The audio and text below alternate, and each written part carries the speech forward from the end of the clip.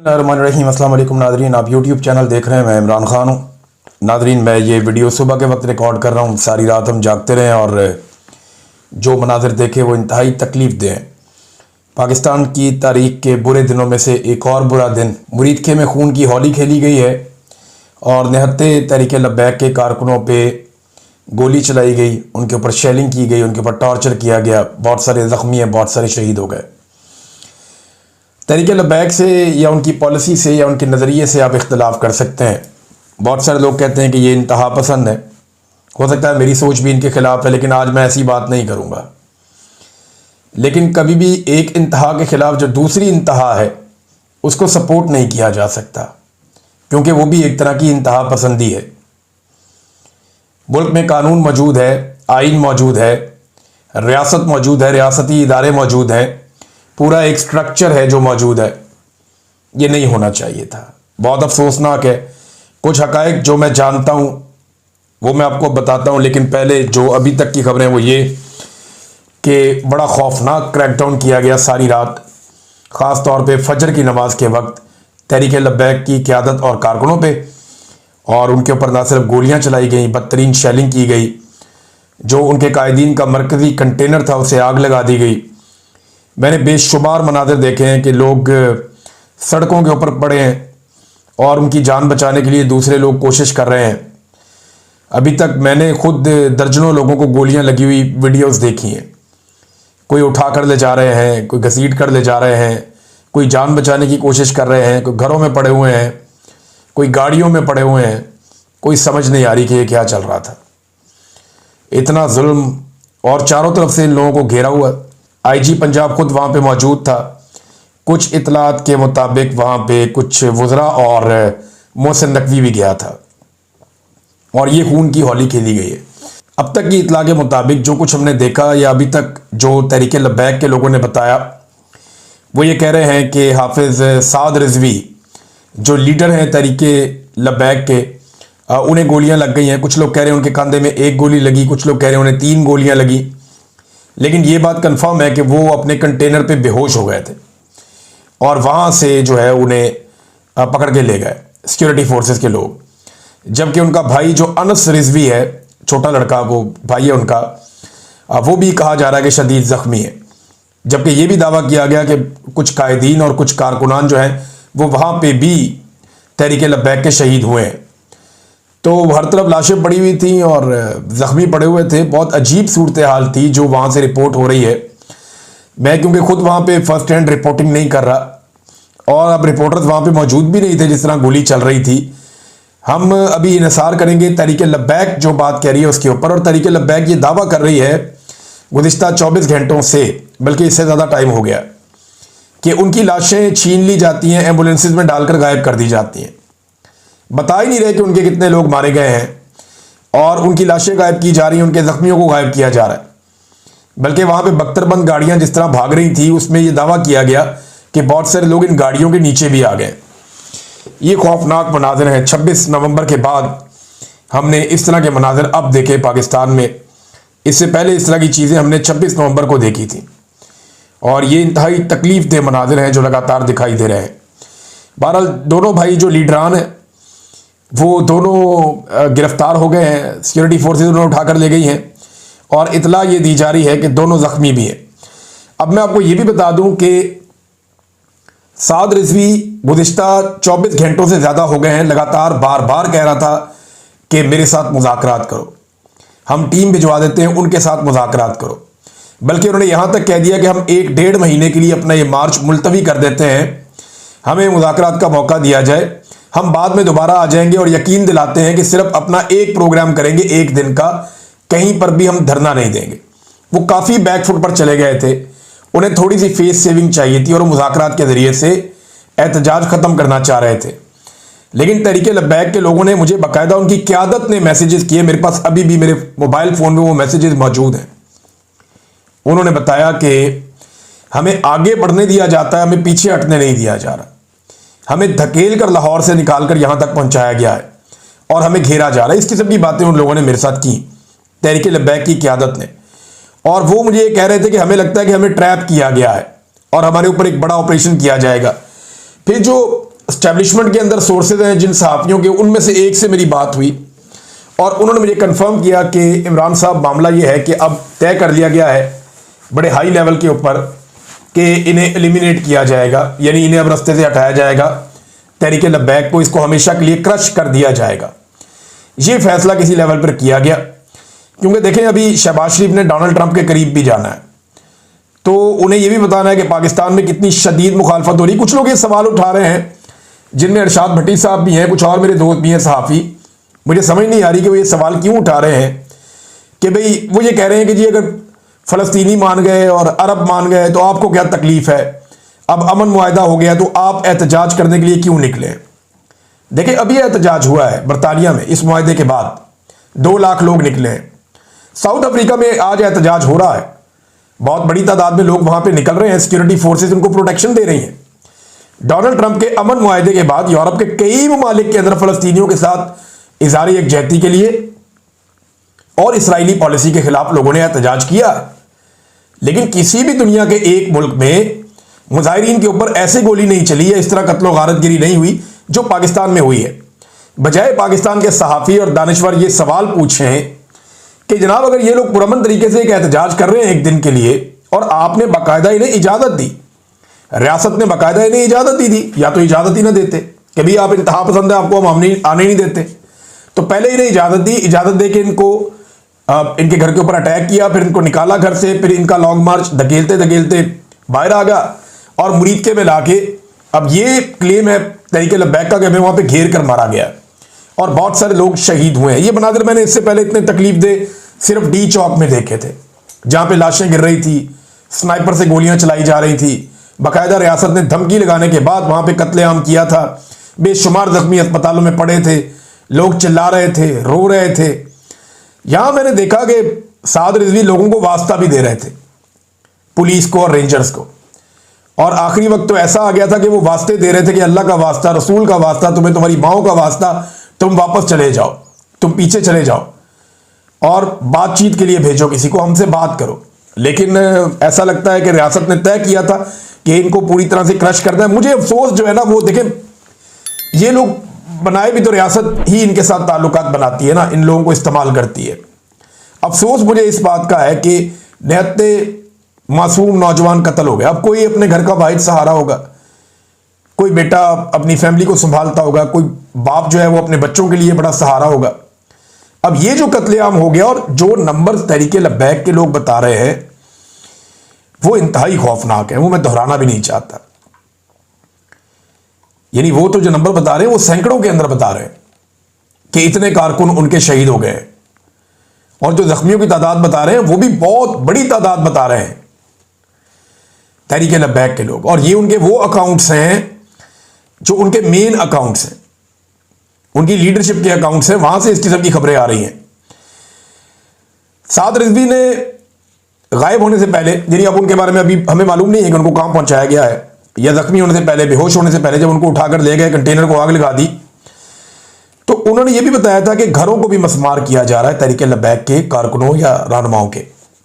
9 घरों के बारे में उन्होंने कहा कि उन्हें मसमार कर दिया गया है।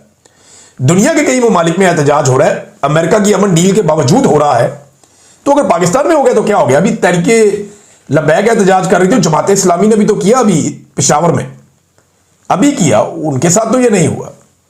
जमात इस्लामी ने अभी पेशावर में एहतजाज किया, अमन डील के बाद किया, डोनाल्ड ट्रंप की, उन्होंने अपनी बात रखी पाकिस्तान के सामने, हुकूमत के सामने। तो तहरीक लब्बैक को ऐसा लगता है कि एक प्लान के तहत ये रियासत ने शायद सोच लिया था। देखें ये बड़ा अनफॉर्चुनेट है, हम में से पाकिस्तानियों में से जब किसी एक को मार पड़ रही होती है ना, बाकी खुश हो रहे होते हैं। मैं फिर आपको कह रहा हूं कि तहरीक लब्बैक के नजरियात से मुझे शदीद इख्तलाफ रहा बहुत सारी चीजों से, तर्ज अमल से, और शायद आइंदा भी रहेगा। लेकिन मैं निहत्ते लोगों पे गोली चलाने का हमायती कभी नहीं हो सकता। रियासत के कुछ उसूल होते हैं, ये तो नहीं होता कि आप एकदम गोली चलाएं और धावा बोल दें, चादर और चार दीवारी का तकद्दुस भी आप पामाल करें। वो अगर आज किसी के साथ हो रहा है तो कल आपके साथ भी होगा। मैंने कई दफा कहा कि बारी बारी सबकी बारी। कल ये कुछ और लोगों के साथ हो रहा था, फिर तहरीक इंसाफ के साथ हुआ, बहुत बुरी तरह हुआ, 3.5 साल से जारी है। जितना जबर तहरीक इंसाफ ने देखा उतना तारीख में किसी ने नहीं देखा। और अब जो ये हुआ तहरीके लब्बैक के साथ, ये भी उस तरह की एक कड़ी है। कल ये किसी और के साथ, फजल रहमान के साथ हो सकता है, ANP के साथ हो सकता है, जमात इस्लामी के साथ हो सकता है। आप हमेशा तो एस्टेब्लिशमेंट की गुड बुक में नहीं रहेंगे। पीपल्स पार्टी के साथ हो सकता है, PMLN के साथ हो सकता है। तो बारी बारी सबकी बारी, ये रास्ता रोकना चाहिए। कानून को पाकिस्तान में मोहतरम करना चाहिए, कानून के मुताबिक चीजें की जानी चाहिए, रूल ऑफ लॉ इस मुल्क में होना चाहिए।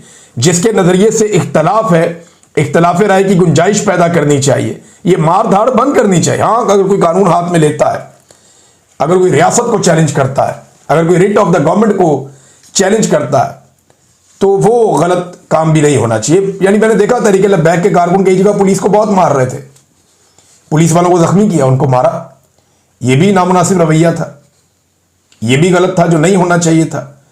लेकिन ये लोग गोली नहीं चला रहे थे और इनके ऊपर गोलियां चलाई गई, जिसकी वजह से काफ़ी लोग जो हैं वो जाबहक हो गए, शहीद हो गए।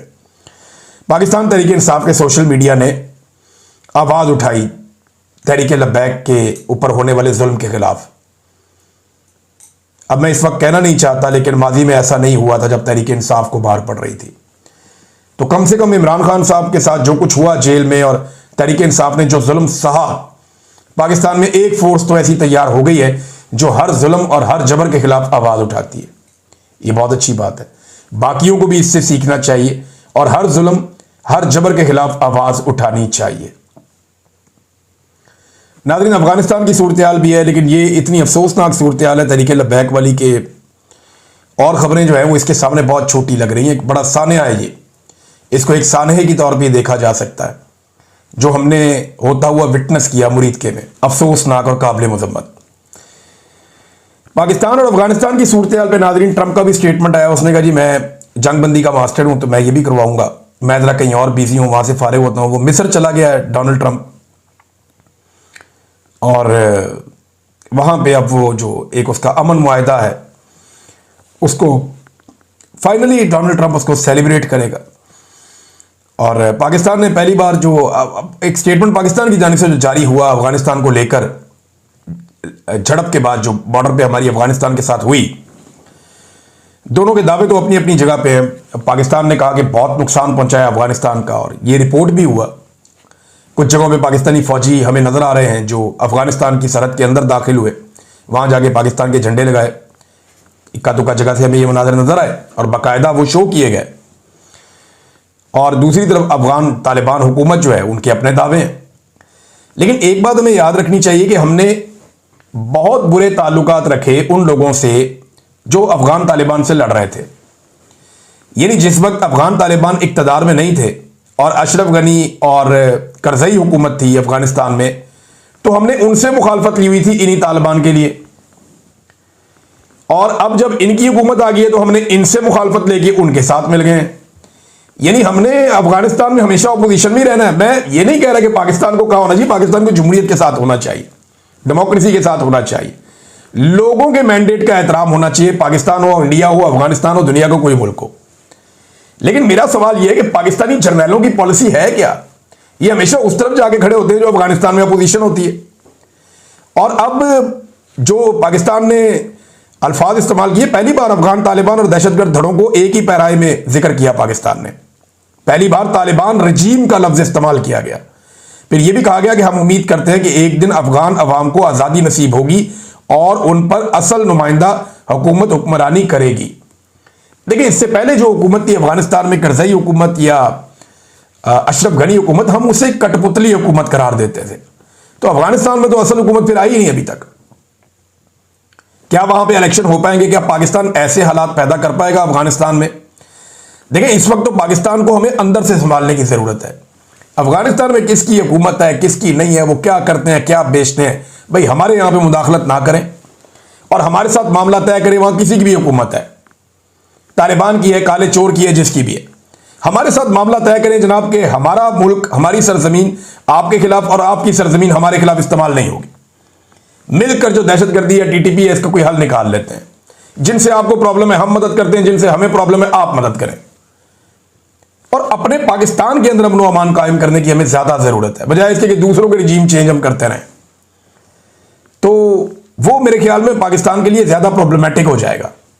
इससे पाकिस्तान के अंदर ज़्यादा मसाइल आएंगे, मुझे ऐसा लगता है। और माजी में हमने ये तजर्बे करके देखें तो हमें पाकिस्तान के अंदर काफ़ी रिएक्शन आया है इन चीज़ों का। नाज़रीन, गंडापुर के दस्तखतों को लेकर कुंडी साहब जो है, गवर्नर फैसल कुंडी खैबर पख्तूनख्वा के, उन्होंने अजीबोगरीब हरकतें शुरू कर दी। गंडापुर ने एक इस्तीफा दिया था 8 तारीख को, एक दिया 11 तारीख को। पहला वाला उन्होंने कहा जी मिला ही नहीं, एक और भेज दिया 11 को। अब वो कहते जी दोनों मिल गए, दोनों के दस्तखत अलग अलग हैं। ये जरा देखें आप, मुझे तो अलग अलग नहीं लग रहे। मेरे एक तो दोस्त हैं, वो एक्सपर्ट हैं दस्तखत के, बैंक्स वगैरह में भी काम करते हैं, उनको फौरन पता चलता है। उन्होंने कहा जी कि इसके ऊपर तो हम 10 करोड़ का चेक भी कैश कर दें, दस्तखत बिल्कुल एक जैसे, कोई फर्क नहीं है। ये सिर्फ फर्क जो है ना वो फतूर है गवर्नर साहब के दिमाग में, जो एस्टेब्लिशमेंट ने डाला हुआ। अफसोस के साथ मुझे कहना पड़ रहा है, और गवर्नर बेचारा मजबूर है। और ये है पाकिस्तान पीपल्स पार्टी की औकात। पीपल्स पार्टी जब कभी जमहूरियत का नाम ले तो उन्हें बताएं कि सबसे ज्यादा सहाफियों का कत्ल सिंध के अंदर हुआ। पीपल्स पार्टी जब कभी जमहूरियत का नाम ले तो उन्हें बताएं कि बिलावल ने कहा था कि डंडे वाली जमहूरियत, और बिलावल ने कहा था ब्रूट मेजॉरिटी। ये बिलावल को याद दिलाएं बार बार। जब कभी ये जमहूरियत का नाम ले तो इन्हें बताएं कि आपने पंजाब में गवर्नर राज लगाया था और खैबर पख्तूनख्वा में आपके गवर्नर ने गैर आईनी इकदाम किया था। तहरीक इंसाफ इस बात पे बज़िद है कि आज वो हर हाल में अफरीदी साहब को, सुहेल अफरीदी को बनाएंगे खैबर पख्तूनख्वा का चीफ मिनिस्टर।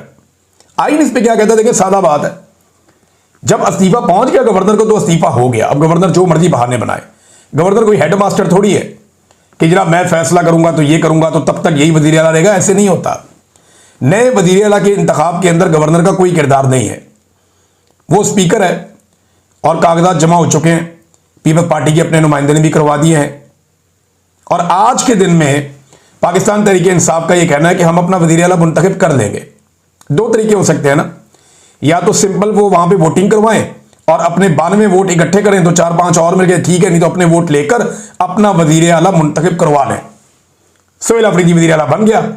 अब गवर्नर उससे हलफ नहीं लेता तो गवर्नर आइन शिकनी का मुंतखब होगा, जो कल को आर्टिकल 6 पे लग सकता है। लेकिन एक और तरीका भी है कि अली अमीन के खिलाफ जो है वो पाकिस्तान तहरीक इंसाफ का सोशल मीडिया ये कह रहा है, लेकिन मायूब है ये तरीका, क्योंकि गंडापुर है जैसा भी इमरान खान का साथी है। इमरान खान ने उसको हटाया जरूर है, फील्डिंग तब्दील की है, लेकिन उस पर अदम एतमाद नहीं किया कि जनाब बिल्कुल ये कोई बहुत बुरा आदमी है इसको हटाओ, नहीं, ऐसे नहीं किया। इमरान खान ने अपना बेहतर आदमी लेकर आया कि नहीं, इस जगह पे ये बंदा बेहतर है, ये परफॉर्म नहीं कर पा रहा, इसको हटाओ। तो अदम एतमाद का मतलब तो ये होगा कि जनाब बिल्कुल ही एतमाद ही नहीं है उस पर, तो ये थोड़ा मायूब हो जाएगा। लेकिन मेरे ख्याल में अगर घी सीधी उंगली से ना निकले तो तहरीक इंसाफ टेढ़ी उंगली से भी निकाल सकती है। अदम एतमाद जमा करवा के उसी वक्त उसके ऊपर वोटिंग करवा लें और जनाब अली अमीन गंडापुर साहब को उसी वक्त फारिग करवा के तो दोबारा वोटिंग करवा लें और सुहेल अफरीदी को उसी वक्त आधे घंटे के अंदर वजीर आला खैबर पख्तूनख्वा नामजद कर लें। और पाकिस्तान तहरीक इंसाफ ने अपने कारकुनों को बड़ी तादाद में कहा कि पहुंचो वहां पे और उस कार्रवाई का हिस्सा बनो और वहां मौजूद रहना कि कोई गैर आईनी और गैर कानूनी इकदाम ना उठाया जा सके। ये नाजरीन पाकिस्तान तहरीक इंसाफ प्लान कर रही है। देखते हैं, अभी चंद घंटे हैं, इन चंद घंटों में क्या होता है। आज 10 बजे के बाद बड़ी डेवलपमेंट्स होंगी। नेक्स्ट वीलॉग में आपको मैं बाकी चीजें बताऊंगा। लेकिन ये जो मुरीदके में हुआ ये इंतहाई अफसोसनाक है। ये मेरे दिल को तकलीफ हुई, मुझे बहुत बुरा लगा कि एक मरतबा फिर निहत्ते पाकिस्तानियों पर सिक्योरिटी फोर्सेस ने गोलियां चलाई। अफसोसनाक, क्योंकि देखें किसी को कानून हाथ में लेने की इजाजत नहीं है और गोली चलाने का एक SOP होता है। जब तक कि आपको कोई गोली ना मारे आप गोली नहीं मारते। लेकिन यहां पे ऐसे मनाजिर हमने देखे कि दूर से गोलियां मारी जा रही हैं। इससे पहले हमने देखा था कि स्नाइपर जो है वो ऊपर से बैठ के गोलियां मार रहे थे। तो मुझे बज़ाहिर, क्योंकि मुझे कुछ फैक्ट्स का पता है जो मैं अभी बयान नहीं करूंगा, अभी वो बात करने का टाइम नहीं है, लेकिन ये ट्रैप हुए तहरीक लब्बैक के लोग और इन्हें घेर कर ये सारा किया गया और ये बाकायदा एक मनसूबाबंदी के तहत हुआ है। अब तक के लिए इतनी, अपना ख्याल रखिए।